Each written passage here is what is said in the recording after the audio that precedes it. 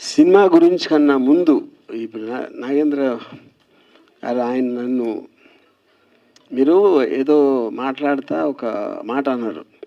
ఇప్పుడు డైరెక్టర్స్ దాంట్లో మీరు ఒక ఆరాధ్య దైవం అని. నేను ఆరాధ్య దైవం కాదు, ఆరాధ్య దెయ్యం.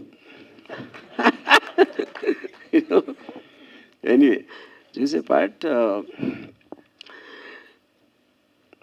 ఇప్పుడు ఈ సబ్జెక్ట్ మ్యాటరు అంటే దానికన్నా ముందు ఇందాకన్నా డేట్ అని చెప్పారు కదా, ఇది కేవలం అంటే ఒక కొన్ని ఆస్పెక్ట్లో ఒక టెక్నికల్ గ్లిచ్, సెన్సార్ అనేది ఒక పర్టికులర్ టైంలో డీలే, అన్నిటికన్నా ముఖ్యంగా ఇప్పుడు నీ లాంగ్వేజ్లో చేస్తున్నాం కాబట్టి అన్నిటికీ సరిపడి కరెక్ట్ డేట్ అని వేరే డిస్ట్రిబ్యూటర్లతో మాట్లాడి దాని వలన అయ్యింది. ఇప్పుడు మాత్రం అన్నీ అయిపోయినాయి, సెన్సార్ కూడా వచ్చేసింది.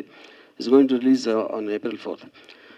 సో ఇప్పుడు కథ దానికి వస్తే నేను చాలాసార్లు ఇప్పుడు సోషల్ మీడియాలో మనకి మామూలుగా మన ఇద్దరు వ్యక్తులు కొంచెం దగ్గర అవ్వాలంటే టైం పడుతుంది. ఎప్పుడైనా చేసి అది మనం ఒక నమ్మటానికి కానీ దానికి కానీ వాట్సాప్ ఇలాంటి దాంట్లో చాటింగ్లు మొదలెట్టినప్పుడు సోషల్ మీడియాలో తెలియకుండా చాలా ఫాస్ట్గా దగ్గర అయిపోతారు.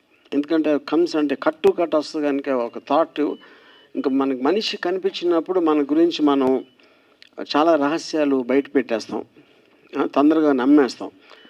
అలాంటి ఆటలు వచ్చిన నెగిటివ్ ఎఫెక్ట్స్ మనం చాలాసార్లు అంటే మనకి న్యూస్లో వస్తూ ఉంటాయి. ఇలా ఒక అమ్మాయికి ఎలా అయింది, లేకపోతే అలా రిలేషన్షిప్లో ఎలా అయింది, ఒక్కొక్కసారి చాలా వైలెంట్గా కూడా మారటానికి జరిగిన ఇన్సిడెంట్స్ మనం ఎన్నో చూసాం. సో ఒక్క పర్టిక్యులర్ ఇన్సిడెంట్ అని కాకుండా చాలా అలాంటి ఇన్సిడెంట్స్ బేస్ చేసి ఈ కథ తయారు చేయడం జరిగింది.